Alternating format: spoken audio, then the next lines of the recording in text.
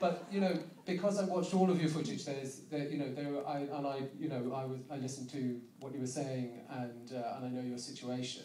I think that partly just because that spoke to me in a way, although we weren't able to include that story, in a way, the story of your day and what's happening in your lives. I think just I wanted to get something of what you'd shot into the film. So that's partly why that appears, that shot.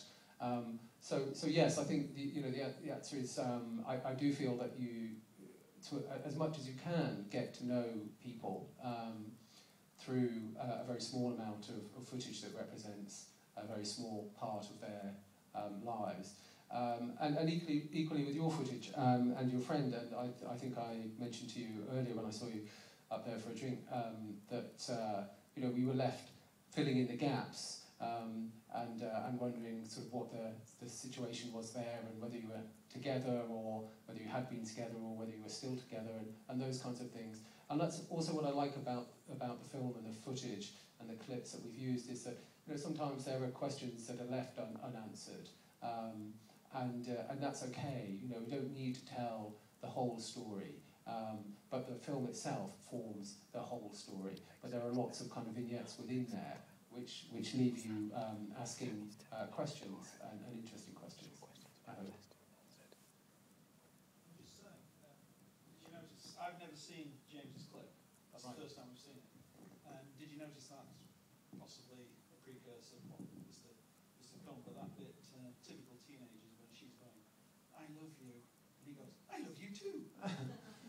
No, absolutely. I mean, there were lots of moments in that clip which made it stand out. But I think that there was something quite familiar about that. And again, there's a running theme through all of this, which is familiarity, and that those kind of experiences of teenage relationships, if you like, were brought back to me through watching that clip, and the intensity of those relationships, and the difficulty sometimes, but also the beauty of them.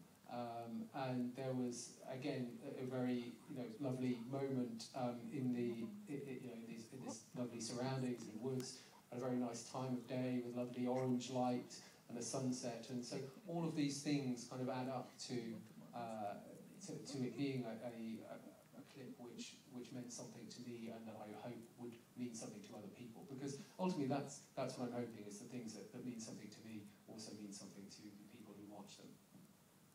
I think it tells you what a great film this is, that we've managed to have such a great conversation about it. We could talk all night about it. Sadly, they've got another film they need to show in here. It won't be as good as this one, I'm sure.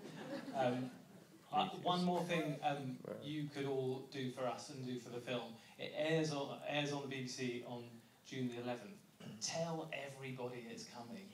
Tell your friends. Phone up your local paper. Get them to write a story about it. I mean, it's such a brilliant piece of work. We want millions of people watching it. That's how it will have its big impact. So that would be a real favour you could do us. So really, all it remains for me to do is to thank everyone, to thank Abigail, thank Jack, thank Morgan, but most of all, of course, to thank all of you, because this is your film. Those of you who've contributed it, you've made it, you own it. And I'd like to finally end just by making you all give yourselves one last round of applause. Thank you very much.